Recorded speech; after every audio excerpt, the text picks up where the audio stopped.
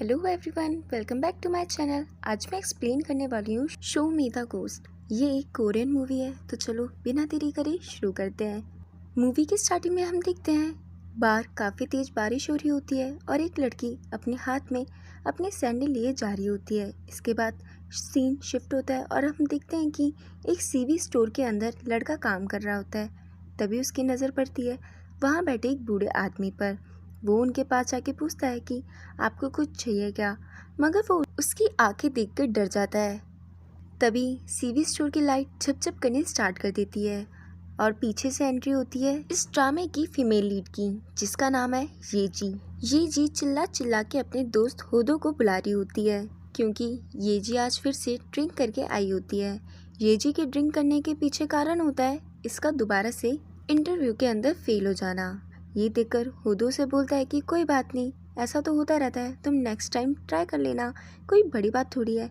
ये सुनकर येजी को उस पर काफ़ी तेज गुस्सा आता है और वो कहती है कि तुझे सच में लगता है कि ये बड़ी बात नहीं है। एक लड़की जिसकी 4.24 GPA हो, वो इंग्लिश और चाइनीज़ लैंग्वेज में काफ़ी ज़्यादा फ्लुएंट हो, 5 कॉन्टेस्ट विन कर चुकी हो और 3 इंटर्नशिप अभी तक कर चुकी हो, उस लड़की को जॉब ना मिलना तुझे आम बात लग रही है। तू ही बता अब मैं इसके आगे क्या करूँ।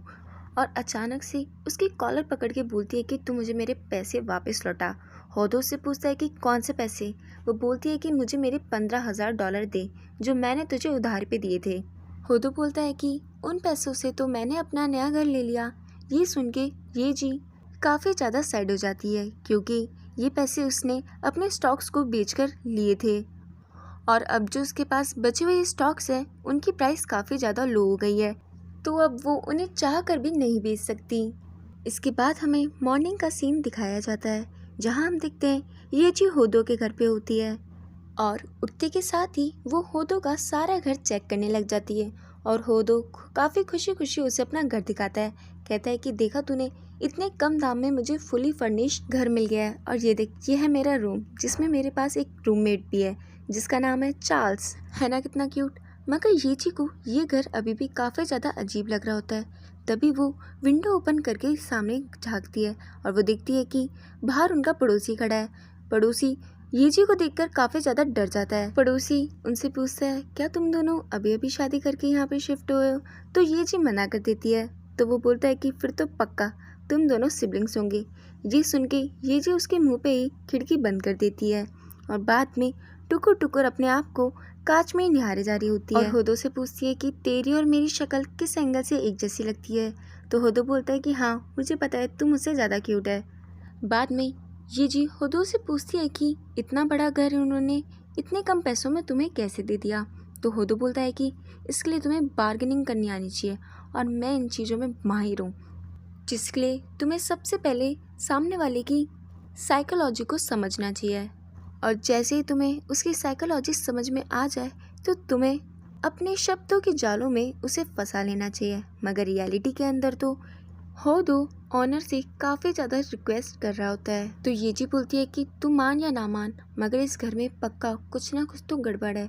ऐसा लगता है जैसे इस घर के अंदर रहने वाला इंसान काफ़ी समय से गायब हो। होदो बोलता है कि ये तो बढ़िया है ना, अपन इसका सारा सामान बेच देंगे और काफ़ी सारे पैसे कमा लेंगे। यानी अभी भी ये नालायक समझने को तैयार ही नहीं था ये जी इसे क्या समझाना चाहती है। तभी ये जी का पैर एक गुड़िया पे पड़ता है और वो होदो पे चिल्लाते हुए बोलती है कि तू इतना बड़ा हो गया उसके बाद भी अपनी चीज़ों को संभाल के नहीं रख सकता और इतनी छोटी डॉल के साथ खेलता है। तो होदो बोलता है कि नहीं नहीं, ये तो मेरी डॉल है ही नहीं। तो ये जी उस डॉल को पैर से ठोकर मार के टेबल के नीचे सरका देती है और इसी तरह रात हो जाती है। ये जी होदो के बेड पे जाके सो जाती है। होदो से बोलता है कि ये मेरा बिस्तर है, तो प्लीज़ तू यहाँ से शिफ्ट हो जा कहीं। ये जी बोलती है कि इस मकान के लिए सबसे ज़्यादा पैसे मैंने दिए हैं, तो यहाँ पे मैं ही सोऊंगी। और होदो को ना चाहते हुए भी नीचे सोना पड़ता है। तभी होदो को कोई उठाने की कोशिश करता है। होदो को लगता है कि ये येजी है, मगर जैसे ही वो अपनी आंखें खोलता है तो वो अपने सामने एक लड़की की सोल को देखता है और जैसे ही वो आँख खोलता है तो उसे पता चलता है कि उसने तो अभी एक बुरा सपना देखा और उसी वक्त येजी भी उसे उठाने आई होती है। येजी का उठाने का तरीका इतना अजीब होता है कि वो उसको देखकर वापस डर जाता है। बाद में जब होदो नहा रहा होता है तो वो कर्टेन के पास किसी को देखता है और जैसे वो कर्टेन को रिमूव करता है तो वहाँ पर कोई भी नहीं होता और लाइट अचानक से झप करना स्टार्ट कर देती है। उसे लगता है कि बाहर ये जी उसके साथ मजाक कर रही है। जब वो बाहर जाके चेक करता है तो वहाँ पर कोई भी नहीं होता और उसी वक्त ऊपर से आती है ये जी, जो सामने का नज़ारा देखकर उल्टे पैर वापस चली जाती है। नेक्स्ट सीन के अंदर हम देखते हैं ये जी और होदो दोनों सीवी स्टोर के अंदर बैठे होते हैं। ये जी काफ़ी ज़्यादा उदास होती है क्योंकि अब इसके पास पैसे नहीं बचे होते हैं और बचे कुचे इसने अपने स्टॉक भी होदो के लिए बेच दिए। होदो ये जी से पूछता है, क्या तुझे अजीब नहीं लगता तू एक सिंगल लड़के के साथ उसके घर में रह रही है? तो ये जी बोलती है कि क्या तू अपनी 20 साल की दोस्ती तोड़ना चाहता है? तभी सीवी स्टोर के अंदर उनका पड़ोसी भी आ जाता है, जो ये जी और होदो को देखकर थोड़ा अजीब सा बिहेव करता है। रात को होदो और ये जी जब घर पे लौट रहे होते हैं तो ये जी देखती है कि उनके घर पर कोई है और वो दोनों छुप जाते हैं और डिसाइड करते हैं कि वो चुपके घर के अंदर जाएंगे और उस चोर को काफ़ी अच्छे से सबक सिखाएंगे। मगर जब वो घर पर जाते हैं तो वो देखते हैं कि घर के अंदर तो कोई भी नहीं है। तभी ये जी के पैर में वापस से वही डॉल चुभती है। बाद में ये दोनों डिनर कर रहे होते हैं। ये जी होदो को समझाती है कि वो अपना घर ढंग से लॉक करके जाया करे, क्या होगा अगर वो पहले की तरह ही लुट गया तो। मगर होदो उसकी बात पे ध्यान ना देते हुए बोलता है कि क्या तुझे इस रूम के अंदर अजीब सी स्मेल नहीं आ रही? और वो अपने सॉक्स को स्मेल करता है और कहता है कि नहीं, मेरे पैरों में से तो ये स्मेल नहीं आ रही। उसके बाद वो ये जी के सॉक्स भी स्मेल करता है और कहता है कि नहीं, तेरे में से भी नहीं आ रही, और एक एक करके घर की हर चीज़ों को करना स्टार्ट कर देता है। और इसी तरह वो पहुंच जाता है अपने रूम के अंदर और बेड पर से उसे वही स्मेल काफ़ी स्ट्रांगली फील होती है और तभी बेड काफ़ी तेज हिलना स्टार्ट कर देता है। बाद में ये जी चाकू लाके जब उस गद्दे को फाड़ती है तो वो लोग देखते हैं कि उस गद्दे के अंदर से एक जिंदा कबूतर निकलता है। इस हादसे की वजह से वो दोनों काफ़ी ज़्यादा घबरा जाते हैं और दौड़ते दौड़ते पहुंचते हैं अपने पड़ोसी के घर में। ये जी अपने पड़ोसी से बोलती है कि तुम्हें पहले से पता था ना कि उस घर में कुछ तो अजीब है, तुमने हमें बताया क्यों नहीं? तो वो बोलता है कि मैं तुम्हें बताना चाहता था कि उस घर में रहने वाली लड़की ने सुसाइड कर ली थी, मगर मैं तुम्हें बता नहीं पाया क्योंकि मैं उस लड़की से पहले भी काफ़ी बार मिल चुका हूँ और जब भी मैं उस लड़की को देखता था तो मुझे लगता था कि जैसे इस लड़की को किसी सोल ने पोजेस करा हुआ है। मैं तो जब भी उस लड़की को देखता था तो काफ़ी ज़्यादा डर जाया करता था और इवन जब मैं रात को अपनी लॉ की पढ़ाई कर रहा था तभी भी मैंने उसके घर से काफ़ी अजीबोगरीब आवाज़ें सुनी है और उसकी डेथ के बाद से ही वो मेरी लाइफ का सबसे बुरा सपना बन गई है। एक ऐसा सपना जो हर वक्त मुझे अपने आसपास महसूस होता है। पूरी स्टोरी सुनने के बाद होदो से पूछता है कि वहाँ पे जो बॉक्सेस रखे हैं उसमें क्या है, तो वो बताता है कि मैं अब यहाँ से मूव ऑन करने वाला हूँ क्योंकि मेरा लॉ का एग्ज़ाम क्लियर हो चुका है और मुझे अब कॉलेज भी मिल गया है, तो मैं वहीं पे जाके पढ़ाई करूँगा। इस लॉ को कंप्लीट करने में मुझे 3 से 4 साल लग गए, पर मैं हमेशा फेल ही होता था। मैं तो काफ़ी ज़्यादा हार चुका था और इस पढ़ाई ने मुझे सिर्फ और सिर्फ नेक पेन ही दिया था, मगर अब सब कुछ ठीक हो चुका है। वो लोग उसे बेस्ट ऑफ लक बोल के वहाँ से बाहर निकलते हैं। तो होदो बोलता है कि जो स्मेल मुझे अपने घर से आ रही थी वही सेम स्मेल मैं अपनी नेबर के घर से भी स्मेल कर पा रहा था। कहीं ऐसा तो नहीं कि वो भी किसी खतरे में हो? मुझे तो पक्का कुछ ना कुछ गड़बड़ लग रही है। तो ये जी बोलती है कि ये बात तू अब जाके समझाए, इतनी देर से मैं तुझे समझाने की कोशिश करी थी मगर तुझे समझ नहीं आई। अब चल तू कल मेरे साथ हाउस ओनर के पास।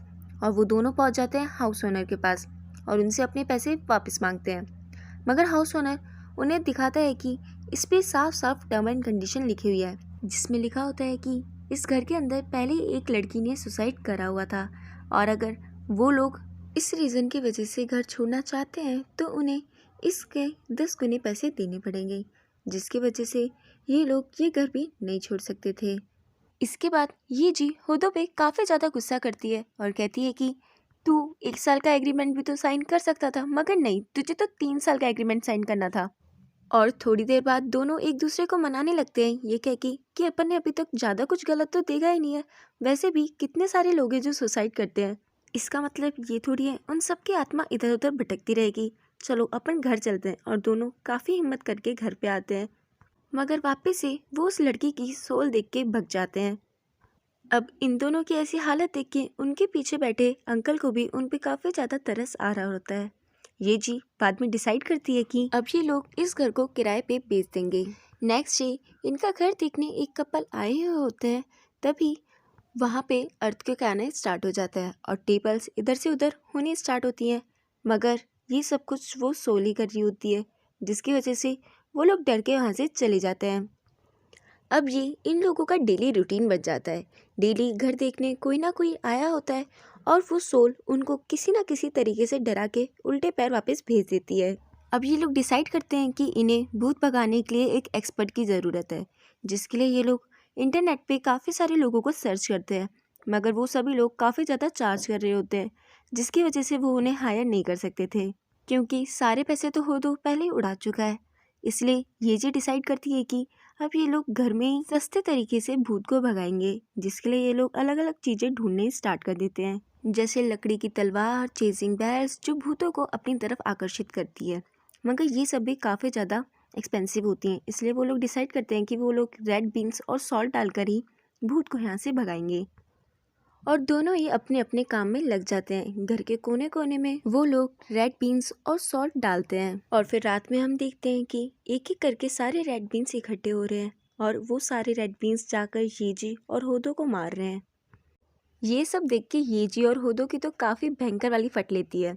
अब येजी ये सब कुछ सहन नहीं कर पाती है, इसलिए वो वापस से गूगल करना स्टार्ट करती है, जहाँ उसे स्पेशल डिस्काउंट मिलता है, जहाँ पर एक फ्लावर बॉय करके इंसान होता है जो काफ़ी अच्छे डिस्काउंट में इन्हें भूत भगाने की गारंटी दे रहा होता है और वो दोनों इसे बुक कर लेते हैं। नेक्स्ट डे जब फ्लावर बॉय इनके घर में आता है तो और वो येजी से पूछता है, क्या तुम अपने आप को काफ़ी बार मिरर में देखती हो? तो येजी बोलती है हाँ। तो वो बोलता है कि अब से देखना बंद कर देना, क्योंकि हो सकता है कि वो भूत तुमसे बातें करने की कोशिश करे। और होदो को बोलता है, क्या तुम अपने आप से आजकल कुछ ज़्यादा ही बात कर रहे हो? तो बातें करना बंद कर देना, वरना हो सकता है वो भूत भी तुमसे बातें करने की कोशिश करे। और बाद में वो अपनी चेजिंग बेल निकालता है। चेजिंग बेल वाइब्रेट करनी स्टार्ट कर देती है एक पर्टिकुलर डायरेक्शन में। ये पर्टिकुलर डायरेक्शन वही होती है जहाँ पे स्पिरिट प्रेजेंट होती है। जब वो फ्लावर बॉय उसका पीछा करता है तो वो देखता है कि मिरर के पीछे से अचानक से वो भूत निकल के आ जाती है। ये देखकर फ्लावर बॉय भी काफ़ी ज़्यादा डर जाता है और वो वहाँ से भागने की कोशिश करता है, मगर ये जी उसे पकड़ लेती है और वो रोता हुआ बोलता है कि मुझे नहीं पता ये सब कैसे हो गया, मुझे खुद को भूत भगाना नहीं आता, ये तो फर्स्ट टाइम है जब मैं किसी भूत को अपने आगे देख रहा हूँ। तो ये जी काफ़ी ज़्यादा डरी हुई होती है और वो गुस्से में उसे मारने स्टार्ट कर देती है, मगर तभी वो देखती है कि उसके नकली बाल भी उसके हाथ में आ गए। ये देख के वो और ज़्यादा गुस्सा करती है और उसे मारना स्टार्ट करती है, मगर होदो आके बीच में संभाल लेता है। अब येजी के पास जो 2000 रुपये बचे थे वो भी नहीं रहे, जो इसने इस लड़के को दे दिए। इसका नाम है कैंकी-दो। ये नाम इसकी ग्रैंड माँ ने रखा था। इसके पास तो बिल्कुल भी पैसे नहीं है, इवन 4 दिन से इसने खाना भी नहीं खाया और इसका जो घर था वो भी बिक चुका है, जिसकी वजह से इसे सोना में सोना पड़ता था। ये देखकर येजी और होदो को उस पर काफ़ी ज़्यादा तरस आ जाता है और वो दोनों उसको अपने घर ले जाते हैं। वहाँ जाकर पहले तो होदो उसे पेट भर के खाना खिलाता है और उससे उसकी फैमिली के बारे में पूछता है। तो फ्लावर बॉय बताता है कि इसकी ग्रैंड मदर भी पहले यही काम करती थी और इसके पेरेंट्स की तो डेथ हो चुकी है और इसका हमेशा से आइडल बनने का सपना होता है। एक दिन जब वो अपने सिंगिंग की रिकॉर्डिंग कर रहा होता है तभी वो देखता है कि एक बच्चा काफ़ी तेज तेज रो रहा है। जब वो साइड में देखता है तो उसे पता चलता है कि ये तो एक बच्चे की स्पिरिट है। वहीं जब वो डांस की प्रैक्टिस कर रहा होता है तभी भी उसे एक लड़के का घोस्ट दिखाई देता है और तब से इसने अपने सपने को पूरा करने के बारे में सोचना छोड़ दिया। तभी पीछे से ये चीज़ खड़ी होती है तो होदो बोलता है कि डरो मत, ये जब भी ड्रिंक कर लेती है तो ये ऐसी बिहेव करती है। मगर इसके बाद ये जी उस फ्लावर बॉय के ऊपर अटैक करती है। होदो उसे छुड़ाने की कोशिश करता है मगर वो होदो के ऊपर ही भी अटैक करना स्टार्ट कर देती है। तभी वो फ्लावर बॉय देखता है कि येजी के अंदर उस लड़की की आत्मा आई हुई है, वही ये सारे काम कर रही है और वो लड़की बार बार चिल्लाकर सिर्फ एक ही बात बोल रही होती है कि मेरे साथ ये अच्छा नहीं हुआ, ये अनफेयर था। वहीं पे सामने से पुलिस भी जा रही होती है जो उनकी आवाज़ें सुन रही होती है। नेक्स्ट सीन में हम देखते हैं कि ये जी पुलिस स्टेशन के अंदर होती है। वहीं पे होदो और फ्लावर बॉय भी प्रेजेंट होते हैं। दोनों पुलिस ऑफिसर आपस में बात कर रहे होते हैं कि जिस घर में अभी ये लौट के आए थे वहाँ पर एक लड़की रहती थी जिसने सुसाइड कर ली थी और उस लड़की ने पुलिस स्टेशन के अंदर कंप्लेन भी लिखवाई थी और एक फुटेज भी सबमिट करवाई थी। बाद में येजी उनसे पूछती है कि उस फुटेज में क्या था, तो वो बताते हैं कि फुटेज में क्रिमिनल ने मास्क पहना हुआ था, इसलिए उन लोगों को भी उसके बारे में ज़्यादा कुछ नहीं पता। और उसने डिटेक्टिव इंचार्ज को एक सुसाइड नोट भी दिया था। बाद में ये जीप बार बार उस वीडियो को रिमाइंड करके देख रही होती है, जहाँ उसे उस लड़के का मास्क काफ़ी जाना पहचाना नजर आता है, मगर ये सब कुछ वो रोते हुए देख रही होती है, क्योंकि उसे उस लड़की के बारे में काफ़ी बुरा लग रहा होता है। तभी बेड के नीचे से वापस से वो लड़की उस डॉल को देती है।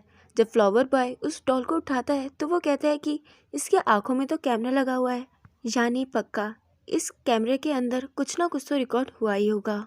इसके बाद हमें फ्लैशबैक का सीन दिखाया जाता है, जहां हम देखते हैं कि वो लड़की खिड़की में से छुप के सामने वाले लड़के को देख रही होती है। वो लड़का अपनी मॉम से बात कर रहा होता है और कह रहा होता है कि मॉम, अब मेरा सिलेक्शन हो गया है। इसके बाद में वो सीवी स्टोर में जाता है, जो लड़की भी उसके पीछे पीछे आती है। उसके फ़ोन का कवर देख के उस लड़की को समझ में आ जाता है कि यही वो लड़का है जिसने इसके कमरे में कैमरा लगाया था, वो उस लड़की की न्यूड वीडियो बना सके। ये बात भी इस लड़के को पता चल जाती है कि इस लड़की को मेरे बारे में पता चल गया है, इसलिए वो बाद में उसके घर जा कर के उसे मार देता है। उस दिन के बाद से उस लड़के को उस लड़की का गोश्त हमेशा परेशान करता था। अब सीन प्रेजेंट में शिफ्ट होता है, जहाँ वो लड़का उस मास्क को जला के फेंकने की कोशिश कर रहा होता है, मगर वो मास्क नहीं जल पाता। वहाँ पर भी वो लड़की का घोस्ट आके उसे डराने स्टार्ट कर देता है। वो लड़का काफ़ी ज़्यादा डर जाता है और वहाँ से भागने की कोशिश करता है, मगर होदो और येजी वहाँ पे आते हैं पुलिस को लेकर के ना, और उस लड़के के पीछे भागते हैं। होदो येजी को अपने साथ आने के लिए मना करता है और कहता है कि तुम हमारे साथ मत आओ, वहाँ पे खतरा है, हो सकता है कि वो तुम्हें भी हार्म करने की कोशिश करे। मगर येजी उसकी बात नहीं मान रही होती है, तो होदो उसको गुस्सा करके वहाँ से भेज देता है। जब होदो अकेला वहाँ पे घूम रहा होता है उस लड़के को ढूंढने के लिए, तभी पीछे से वो लड़का आता है और होदो के पेट में चाकू मार देता है, और बाद में उसे पैरों से खूब तेज तेज मार के बोलता है कि पहले मेरी लाइफ में कुछ भी ठीक नहीं था, इसलिए मैंने ये काम करना स्टार्ट करा था। अब मेरी लाइफ बिल्कुल ठीक हो चुकी थी, तुम लोग वापस से मेरी ज़िंदगी में आके मुझे परेशान करना स्टार्ट कर रहे हो। इस लड़के ने उस लड़की की न्यूड वीडियो बनाने का इसलिए सोचा था ताकि वो उस वीडियो को वेबसाइट पे अपलोड करके ना पैसे कमा सके। तभी वहाँ पे वापस से उस लड़की की स्प्रिट आ जाती है और वो उस लड़के को खूब मारते हुए बोलती है, उसका क्या जो तूने मेरे साथ किया, तूने मेरी लाइफ तो बेवजह बर्बाद कर दी, मैंने तेरा क्या बिगाड़ा था जो तूने मेरे साथ इस तरह किया, और अब तुझे अपनी लाइफ की पड़ी है। बाद में पुलिस उस लड़के को अरेस्ट करके वहाँ से ले जाती है। इसके बाद येजी हुडो को ढूंढना स्टार्ट करती है और वो हुडो के लिए काफ़ी ज़्यादा चिंता कर रही होती है। जब भी हुडो उसके पीछे आता है और कहता है कि तू रो क्यों रही है, मैं तो तेरे सामने ही खड़ा हूँ। ये देखकर येजी और तेज तेज रोना स्टार्ट कर देती है, तो हुडो बोलता है कि ये बचपन से ही ऐसी है, हमेशा रोती रहती है, क्राइड बेबी, और क्यूट क्यूट फेसेस बनाकर येजी को खुश करने की कोशिश करता है। नेक्स्ट मॉर्निंग हम देखते हैं कि फ्लावर बॉय, होदो और येजी मिलकर के उस आत्मा को शांति दिलाने के लिए एक रिचुअल करते हैं, जिसके बाद वो घर पहुंचते हैं और डिसाइड करते हैं कि क्यों ना ये लोग अब यही काम करना स्टार्ट कर दें, जहां वो अलग अलग आत्माओं को शांति दिलाने की कोशिश करेंगे। इसके दो फायदे होंगे, जिनसे से पैसे भी मिल जाएंगे और उन लोगों की आत्मा को मुक्ति भी। तभी वो देखते हैं कि उन्हें पीछे एक अंकल बैठे नजर आते हैं, वही अंकल जो उन्हें हमेशा सीवी स्टोर में दिखते थे। तभी फ्लावर बॉय बोलता है कि ये भी एक घोस्ट है, और इसी के साथ हमारी ये मूवी फिनिश हो जाती है। आई होप आप लोगों ने इस मूवी से कुछ तो सीखा ही होगा कि कैसे इंसान अपनी एक छोटी सी विश को पूरी करने के लिए दूसरों को हार्म करता है। अगर आपको वीडियो पसंद आए तो लाइक, शेयर और कमेंट ज़रूर कीजिएगा। मिलते हैं नेक्स्ट वीडियो में, तब तक के लिए बाय बाय।